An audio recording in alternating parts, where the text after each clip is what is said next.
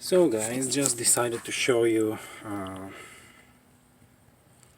one little problem that I recently had with my 2018 Mazda. It's Mazda CX-5,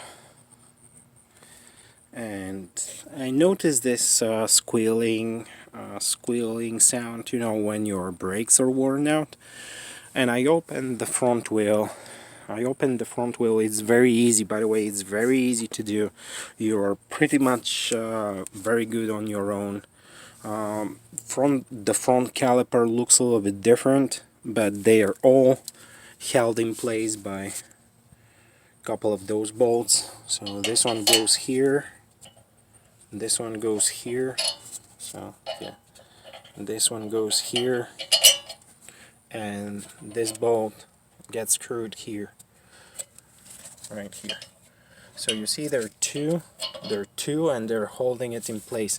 Now I left the caliper here, but make sure on the front one when you're taking it off, make sure to have something like this to hook it to the spring. So that's what you need to do here.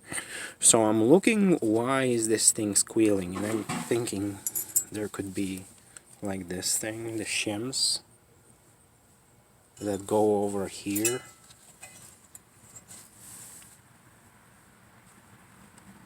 Right?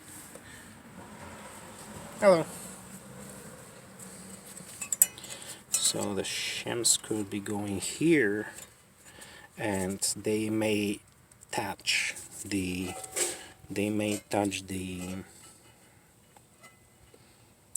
the rotor, the friction plate, the rotor. So front ones, the ones in the front are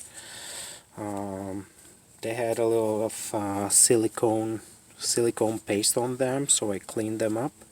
I put new silicone paste on those, and the squealing went away. On the rear brakes, I don't see any silicone paste. And normally you have to see a little bit, just a dab of silicone paste right here, where the, once you put it here, like this, the brake pads go in and out, in and out, in and out constantly, and they're rubbing with that part. So you practically need just a dab of silicone paste, but it must be silicone paste. You can't use grease, because with the heat, grease just melts and starts dripping out, and eventually it burns out. So you see where the contact surface was?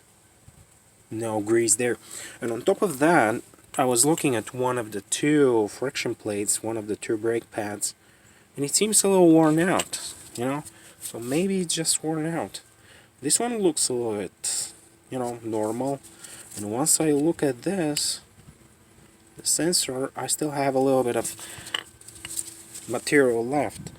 But when I look at this one, I'm not sure. Come on, focus, you. So once you do that, it's, right on the border. So I think I need to replace those.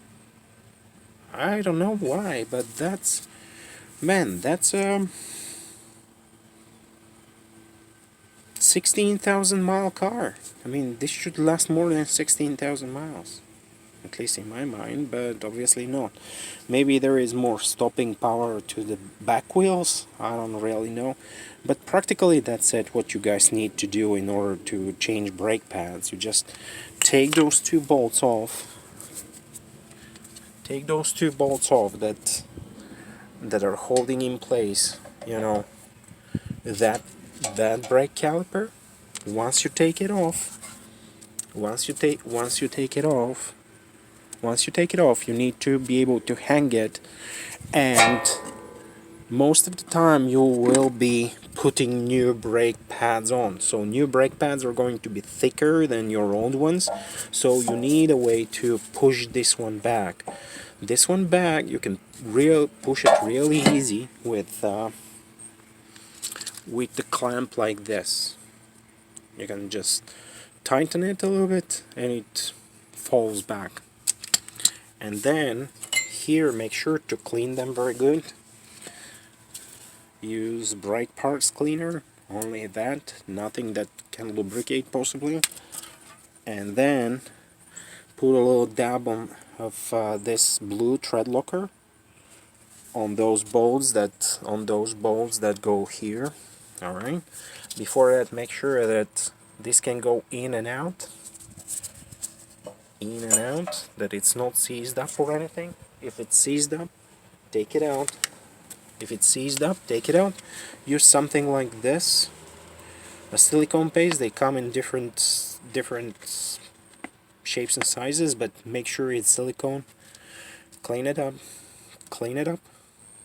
Put a little silicone paste there, put it together, and that's it. Happy travels. Bye bye.